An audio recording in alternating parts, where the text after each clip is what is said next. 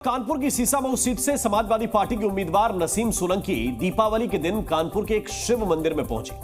पूजा अर्चना के साथ जलाभिषेक भी किया, मगर आज उसी महादेव मंदिर का शुद्धिकरण किया गया। गंगा जल से पूरे परिसर को धोया गया क्योंकि मंदिर ट्रस्ट को नसीम की शिव पूजा कबूल नहीं हुई। वहीं मौलानाओं ने एक मुस्लिम महिला के शिव पूजा करने के खिलाफ मोर्चा खोल दिया है। नसीम की पूजा कहीं ढोंग या फिर सियासी ड्रामा तो नहीं थी? आखिर क्यों एक मुस्लिम उम्मीदवार पहुंची महादेव के द्वार? देखिए इस रिपोर्ट में।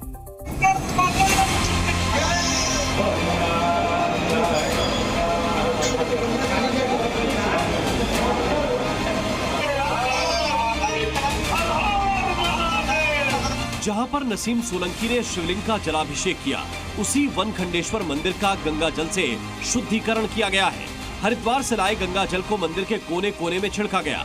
महादेव के शिवलिंग पर भी गंगा जल चढ़ाया गया और इसके साथ पूरे मंदिर परिसर की साफ सफाई की गई। मंदिर का देखिए शुद्धिकरण जो है पूरी तरीके से शुरू हो चुका है। यानी मंदिर के समिति के लोग और तमाम दर्शनार्थी जो है, दर्शन करने वाले लोग हैं, वो हरिद्वार से गंगा जल ला के मंदिर का पूरी तरीके से शुद्धिकरण कर रहे हैं। मंदिर ट्रस्ट का आरोप है कि नसीम सोलंकी ने मंदिर जैसे पवित्र स्थल का उपयोग राजनीति के लिए किया, जो सीधे तौर पर धार्मिक मर्यादा के खिलाफ है। मंदिर के पुजारी ने यह भी कहा कि नसीम सोलंकी ने बिना किसी से अनुमति लिए न सिर्फ मंदिर में प्रवेश किया, बल्कि वहां पूजा अर्चना की, शिवलिंग पर जल चढ़ाया, जिससे साधु संत और मंदिर ट्रस्ट की भावनाएं आहत हुई।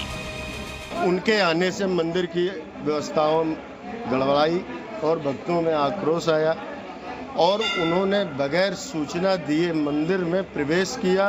यदि वो सूचना देती तो हम उनको शुद्ध करा करके मंदिर के दर्शन कराते। सवाल है कि क्या सियासी फायदे के लिए नसीम सोलंकी ने वनखंडेश्वर मंदिर में पूजा पाठ का ढोंग किया? क्या सपा उम्मीदवार हिंदू वोटरों को लुभाने के लिए मंदिर में दर्शन करने पहुंचे? क्योंकि जिस सीसामऊ सीट से नसीम सोलंकी चुनाव लड़ रही हैं, वहां मुस्लिमों के साथ साथ ब्राह्मणों की तादाद काफी ज्यादा है। तो क्या जलाभिषेक के पीछे का सच यही था? देखिए, हम हर धर्म का जो है सम्मान तो करते हैं, तो हमें किसी ने जो वहाँ का बुलाया गया था तब हम पहुँचे थे। तो जल अभिषेक का ये ऐसा कोई हमारा नहीं था जहन में कि वहाँ जाकर हमको करना। वो बोला गया था कि आपको वहाँ पहुँचना, दिवाली का त्योहार है, तो हम वहाँ पहुँच गए थे। किन लोगों ने बुलाया था मैम? अब हम नाम नहीं बताएंगे, बस हमारे ही लोग थे वो। अच्छा। मंदिर में दाखिल होने पर नसीम सोलंकी ने अपना दावा पेश किया, वो ये कि उन्हें मंदिर में बुलाकर पूजा पाठ के लिए कहा गया।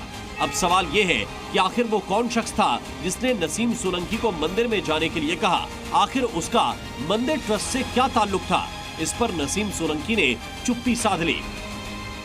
ना हम किसी को ठेस पहुंचाने के लिए मंदिर गए थे, ना हमने अपने जो उलमाओं को परेशान, मतलब उनको जो है कोई ठेस पहुंचे इसलिए गए थे। कोई उसमें पर्पसली नहीं था। बस हाँ ये था कि हम गए थे, हम इस चीज़ को वो नहीं कर रहे हैं और हमने वो, उन्होंने बोला डाल दीजिए तो हम डाल, बल्कि हमें ऐसा लगा कि शायद इसमें आपके धर्म गुरुओं को ना एतराज़ हो या कुछ भी, पर उन्होंने बोला तो हमने डाल दिया था। खैर उस चीज़ के लिए अगर उनको उस चीज़ से तकलीफ हुई है तो भाई हम माफ़ी चाहेंगे।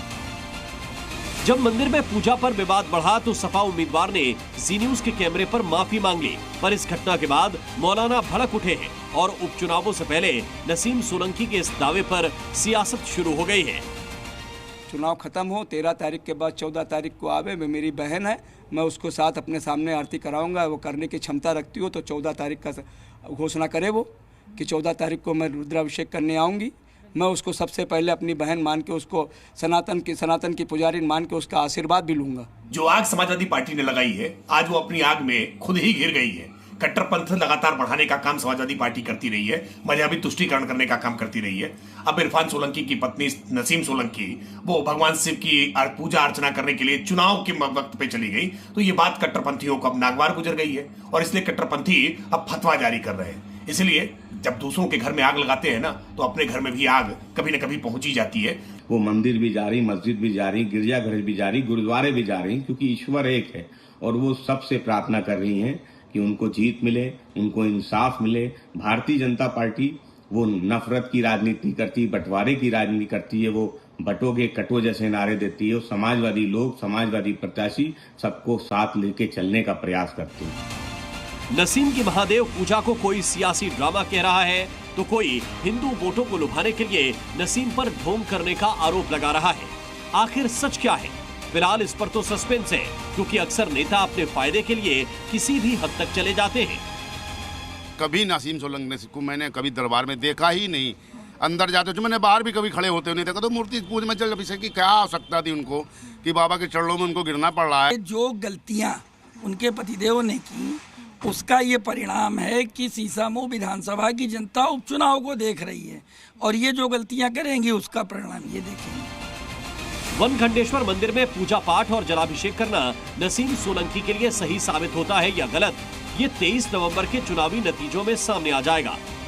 फिलहाल मंदिर का शुद्धिकरण और गंगा जल से पवित्र करने की तस्वीरों का चुनाव पर असर पड़ने की अटकलें लगाई जा रही हैं। कानपुर से प्रीति श्रीवास्तव के साथ ब्यूरो रिपोर्ट, जी मीडिया।